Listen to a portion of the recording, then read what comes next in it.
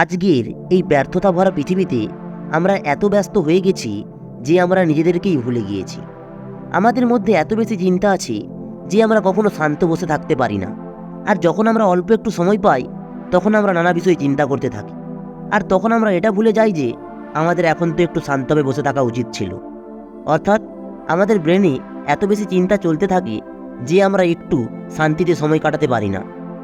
তাই আজকের এই ভিডিওটিতে আমি আপনাদের মনের চিন্তাকে শান্ত করে নিজের ব্রেনকে কীভাবে শান্ত রাখবে সেই সম্পর্কে আমি কথা বলবো। তো চলুন শুরু করা যাক। একবার একটি গুরু ও শিষ্য একটি জঙ্গলের মধ্য দিয়ে যাচ্ছিল। তখন ওই শিষ্যটি নিজের গুরুজিকে একটি প্রশ্ন করে যে এমনটা কেন হয় যে কিছু মানুষের কাছে কিছুই থাকে না, কিন্তু তারপরও তারা অনেক বেশি আনন্দে আছে, সুখে আছে। আবার কিছু মানুষের কাছে অনেক কিছু থাকার পরেও তাদের চেহারায় হতাশা ও মন খারাপ দেখতে পাওয়া যায়। এরপর গুরুদেব একটু হাসেন আর একটি ফুলের দিকে ইশারা করে বলেন, সব কিছু বোঝার উপর নির্ভর করে। যদি ফুলটা এটা ভাবে যে আমি কালকে শুকিয়ে গিয়েছিলাম, বা এই ফুলটা যদি ভাবে যে আমি আগামীকাল শুকিয়ে যাব, তাহলে এই ফুলটা সম্পূর্ণভাবে বিকশিত হতে পারবে না, নিজের সৌন্দর্যটা প্রকাশ করতে পারবে না, নিজের সুগন্ধটা ছড়াতে পারবে না। একইভাবে কিছু মানুষ অতীতের কথা নিয়ে চিন্তা করে অথবা নিজের ভবিষ্যৎকে নিয়ে চিন্তা করে, আর এমন মানুষগুলোই কখনো জীবনে সুখ অনুভব করতে পারে না। এই কথাটা আমাদেরকে বুঝতে হবে যে জীবন সবসময় বর্তমানে থাকে, অতীত এবং ভবিষ্যতের কল্পনা সবসময় একটি মানুষকে দুঃখের দিকেই নিয়ে যায়। আর এই কারণেই এটা গুরুত্বপূর্ণ, যেমন আমরা আমাদের শরীরের খেয়াল রাখি নিজের শরীরের অসুস্থতাকে দূর করার জন্য ও শরীরের নোংরাগুলোকে পরিষ্কার করার জন্য। একইভাবে কিছু সময় পর পর আমাদের মন ও ব্রেনের মধ্যে থাকা নোংরাকেও পরিষ্কার করতে হবে। এরপর শিষ্য বলে, কিন্তু গুরুজি, মন এবং ব্রেনের কথা শুরু করার আগে আমি এটা জানতে চাই, যাদের কাছে সব কিছু আছে তারা কেন দুঃখে থাকে, আর যাদের কাছে কোনো কিছু থাকে না তারা সবসময় আনন্দে কীভাবে থাকতে পারে? এর পিছনের রহস্যটা কী? এরপর গুরুজি বলে, কিছু মানুষ জীবনে যখন সব কিছু অর্জন করে নেয় আর তখন তারা বুঝতে পারে আমি যাই কিছু অর্জন করেছি সেই সব কিছু দিয়েই আমার প্রতিদিনের জীবনকে তো উন্নত করতে পারবো, কিন্তু মনের শান্তিটাই সব কিছু দিয়ে পাওয়া যায় না। আর তখন মানুষগুলো অনুভব করে যে তারা সব কিছু অর্জন করার পরও নিজের মনকে জানতে পারেনি। অন্যদিকে যে মানুষের কাছে জীবনে কিছুই নেই, তার ভিতরে একটি আশা থাকে সব কিছু পাবার, আর তার ওই আশাটাই তাকে সব কিছুতে খুশিতে রাখে। তারপর গুরুজি তাকে একটি শুকনো গাছ দেখিয়ে বলে যে কোনো এক সময় এই গাছটাও সতেজ ছিল, এই গাছে অনেক ফল ছিল, আর ওই সময় এই গাছটি জানতো না যে সে একদিন শুকিয়ে যাবে, আর তার এমন অবস্থা হয়ে যাবে যে সে কাউকে ছায়া পর্যন্ত দিতে পারবে না। একইভাবে একটি মানুষ তার জীবনে ভুলে যায় যাই কিছু অর্জন করার জন্য সে ছুটে বেড়াচ্ছে, সেই সব কিছু অর্জন করার পরও তাকে সবশেষে মারা যেতে হবে। আর যদি কোনো মানুষ ভিড়ের মধ্যে না ছুটে এটা দেখার চেষ্টা করে যে সবশেষে তাকে কোথায় পৌঁছতে হবে, তাহলে সে আর ওই ভিড়ের মধ্যে ছুটবে না।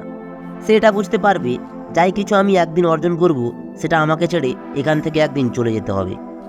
কিন্তু বেশিরভাগ মানুষ অনেক কিছু অর্জন করার জন্য নিজের জীবনটাকে উপভোগ করাই ভুলে যায়, আর এরা তখনও মন খুলে হাসতে পারে না। এরা কেবলমাত্র অনেক কিছু অর্জন করার পিছনে ছুটতে থাকে।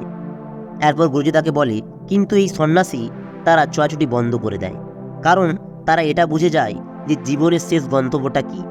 আর এই কারণে তারা জীবনের সুখ সুবিধা অর্জন করার পরিবর্তে নিজের মন এবং মস্তিষ্ককে একটি আনন্দের দিকে নিয়ে যাওয়ার চেষ্টা করে।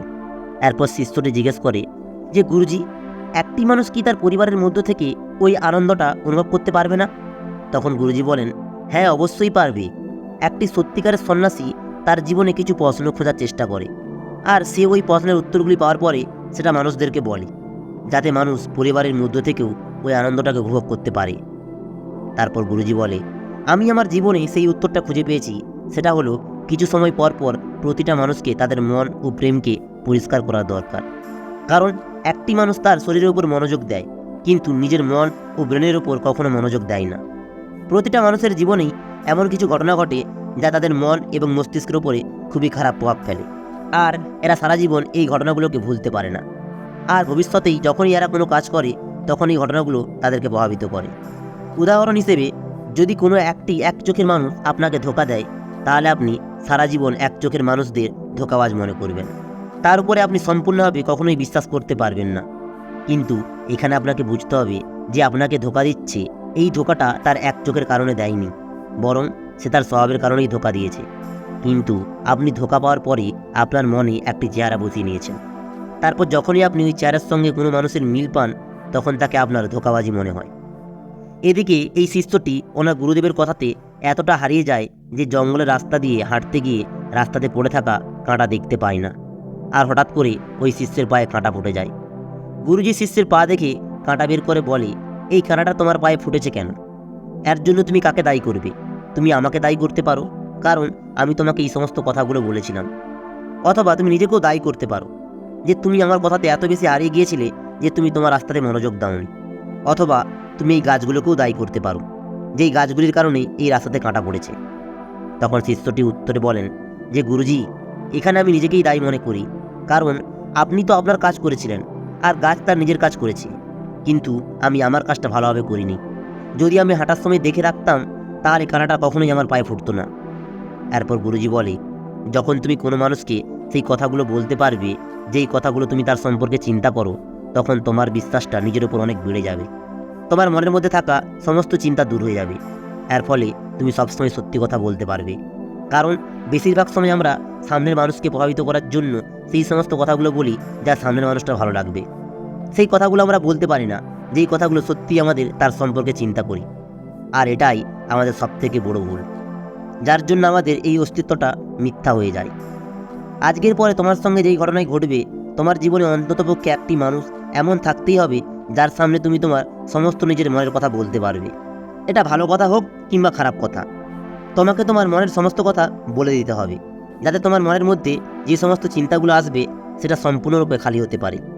সবচেয়ে যে অভ্যাসটা তোমার মনকে ও তোমার ব্রেনকে খালি করতে সাহায্য করে, সেটা হলো তোমাকে ধ্যান করা শিখতে হবে এবং তোমার মনে ও ব্রেনে আসা চিন্তাগুলোকে দেখতে হবে। তাহলেই ধীরে ধীরে তোমার মনের ও ব্রেনের চিন্তাগুলো দূর হয়ে যাবে।